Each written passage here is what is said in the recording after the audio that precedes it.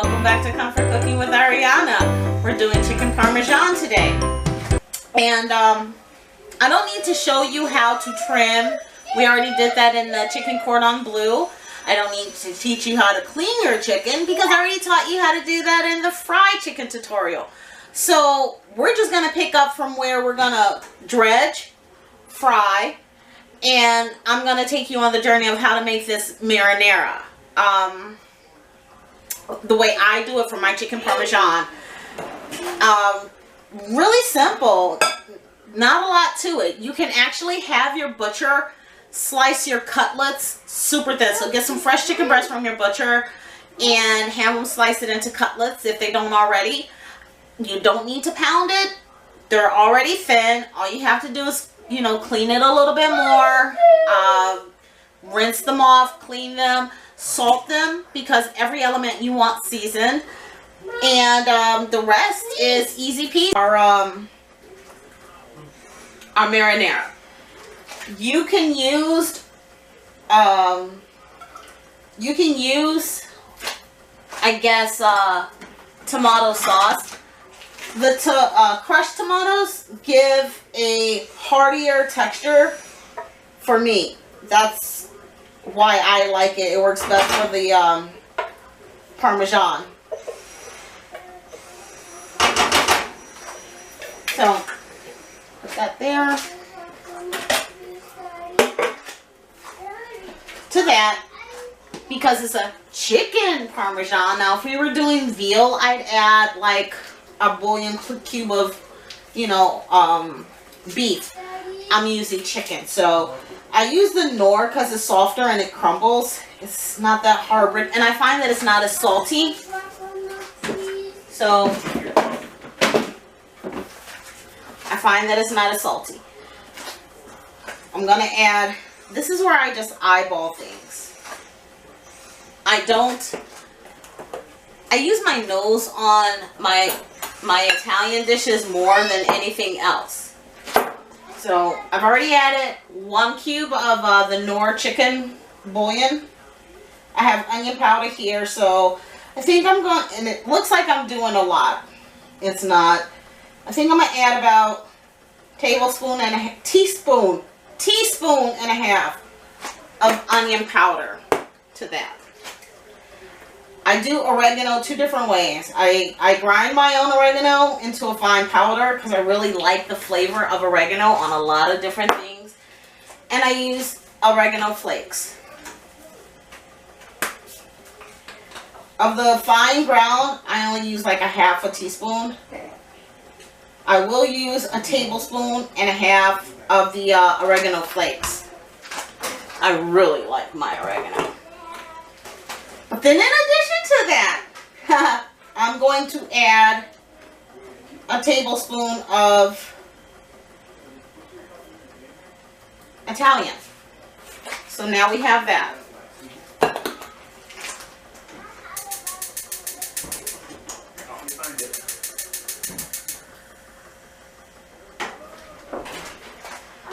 I'm going to add some white pepper. I pulled out the wrong one. I use white pepper a lot because I do feed people, and if they see black flakes in my food, I don't want them thinking, ugh, you know, because I'm really meticulous about how I feed people. Garlic, star attraction. You're going to add a lot. Don't use garlic salt. Use about a tablespoon too. Use garlic powder because if you're salting every component, you don't need that much salt. I mean, take care of your blood pressure. And then you're just going to simmer that out.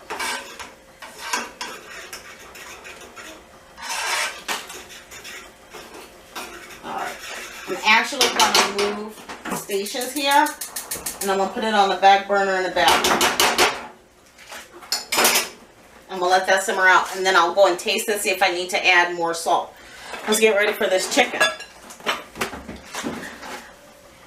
You can use like 4 eggs.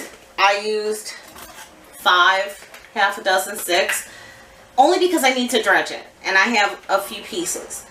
I'm going to dip in the egg. Actually, I'm going to dip in the flour, dip in the egg, dip in the panko.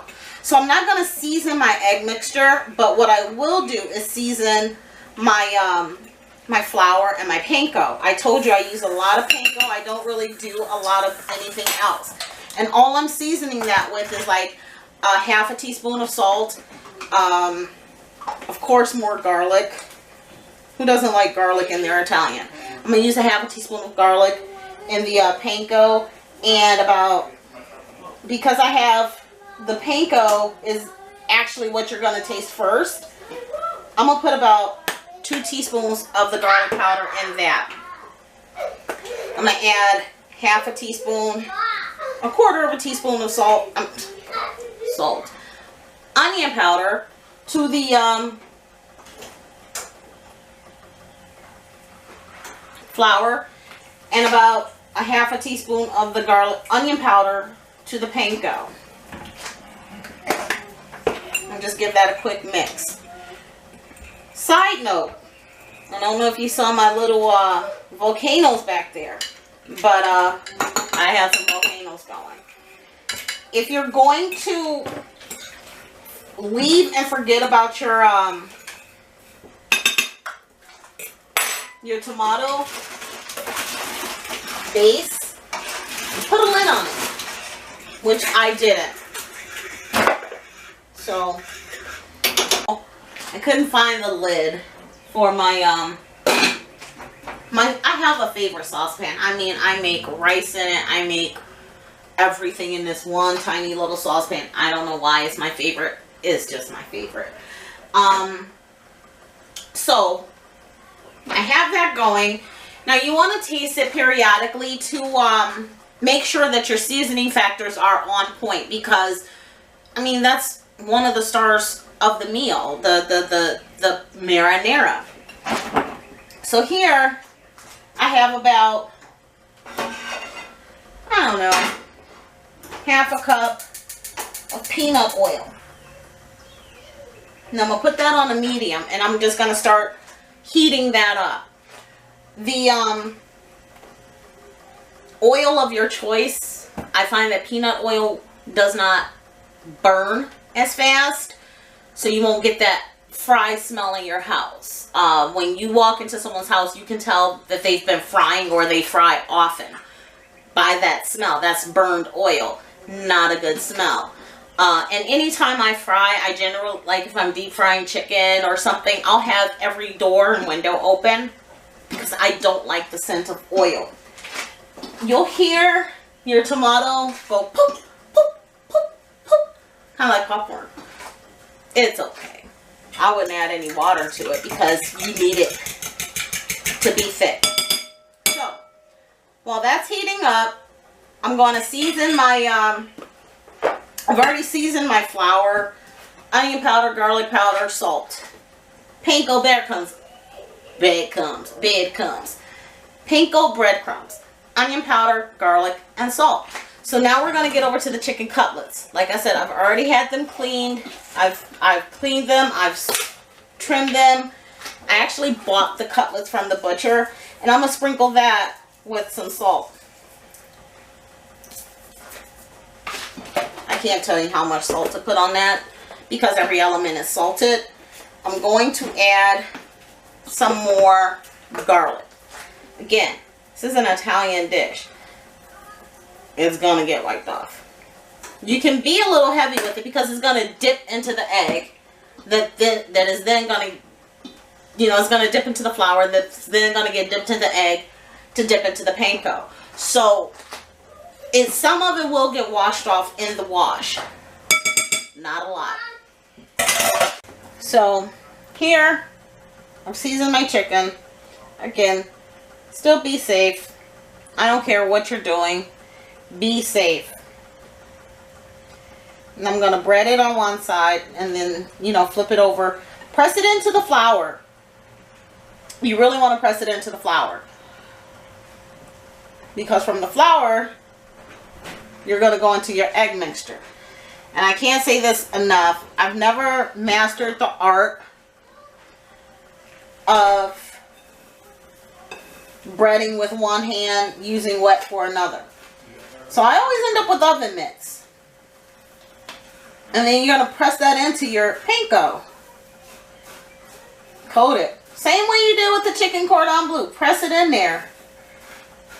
Panko's crunchy. You want that crunch factor. Now, I would not recommend frying more than one cutlet up at a time because you don't want it to steam. But they're not going to take that long to cook. So that's that. All fried up. Now, don't forget, they're going to continue to cook in the oven once you cover it and smother it. Smothered and covered chicken. Yeah, it's a tomato gravy. I like saying gravy a lot. So, you don't want to overcook them because you don't want them dry. Then you're just going to transfer them to the pan that you're going to cook them in. I don't have a big enough pan to service my cutlets, so sometimes they overlap. I'm going to save one for my kids because my kids won't eat it. That delicious tomato gravy that you've made. Now you can do this depending upon how saucy you like it. You can do it any kind of way you want. I prefer a lot of sauce. So each cutlet gets one whole ladle.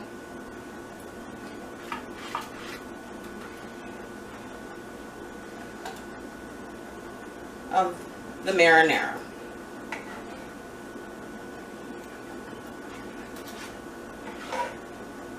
And I will end up using the whole can, which, by the way, I used 28 ounces of crushed tomato. So, like I said, because I like it saucy. What was that lady in Billy Madison? I know how your voice like it sloppy. I like it saucy. So, now you can do this one or two different ways. I do not do shredded cheese. I stay away from it. One, because I don't know all of the things that they have put in it to keep it from caking. And I just don't like all that extra added stuff in my my food. I really do like to know what goes into my tummy and that of my family. So I'll just get, what is this? 16 ounces of mozzarella. You can find it in your cheese section of your local grocer. I think I paid like $5.99 for this one. And I shred it.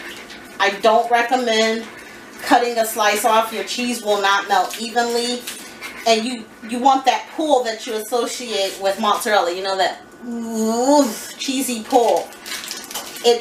If you cook it in a block on top, it doesn't give you as much pull. Because it'll get, first of all, it won't cook completely. Second of all, what's not completely cooked will still be cool, causing the other to get cool. And I just sprinkle that. Now, depending upon how much cheese you like, go all in, baby. Do you. I like my cheese, so I'm going to go in here a couple times with some cheese and just sprinkle it around. Now, for my cheese sticks, I use whole mozzarella, and I'll be doing a video on that soon. For my Parmesan and things like pizza, I'll use part skim or low. I don't really know if it's low fat. If you're doing like a bruschetta, use water packed mozzarella. Mozzarella comes in so many different ways, but the best to me depends on what you're making. I find that I like the whole milk mozzarella better for my cheese sticks. And I like my Park skim milk for things like this. And my lasagnas. Now, who's to say when I'm going to do a lasagna video? Because my lasagna is kick-ass.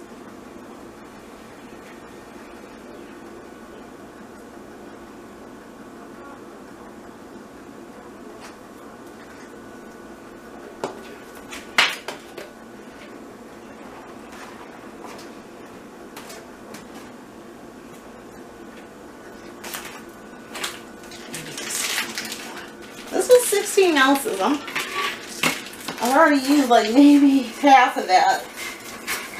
So we're going to use just a little bit more.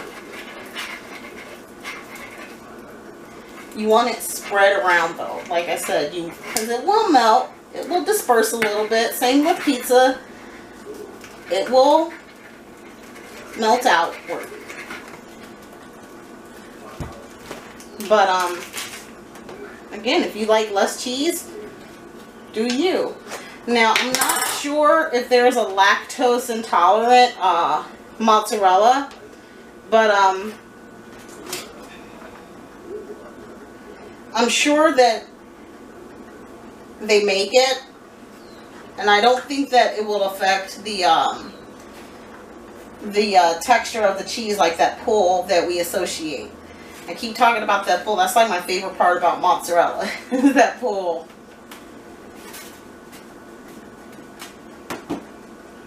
Okay.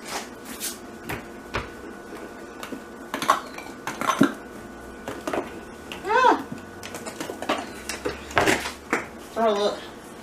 I'll keep fresh cilantro on hand. I rarely keep fresh parsley on hand.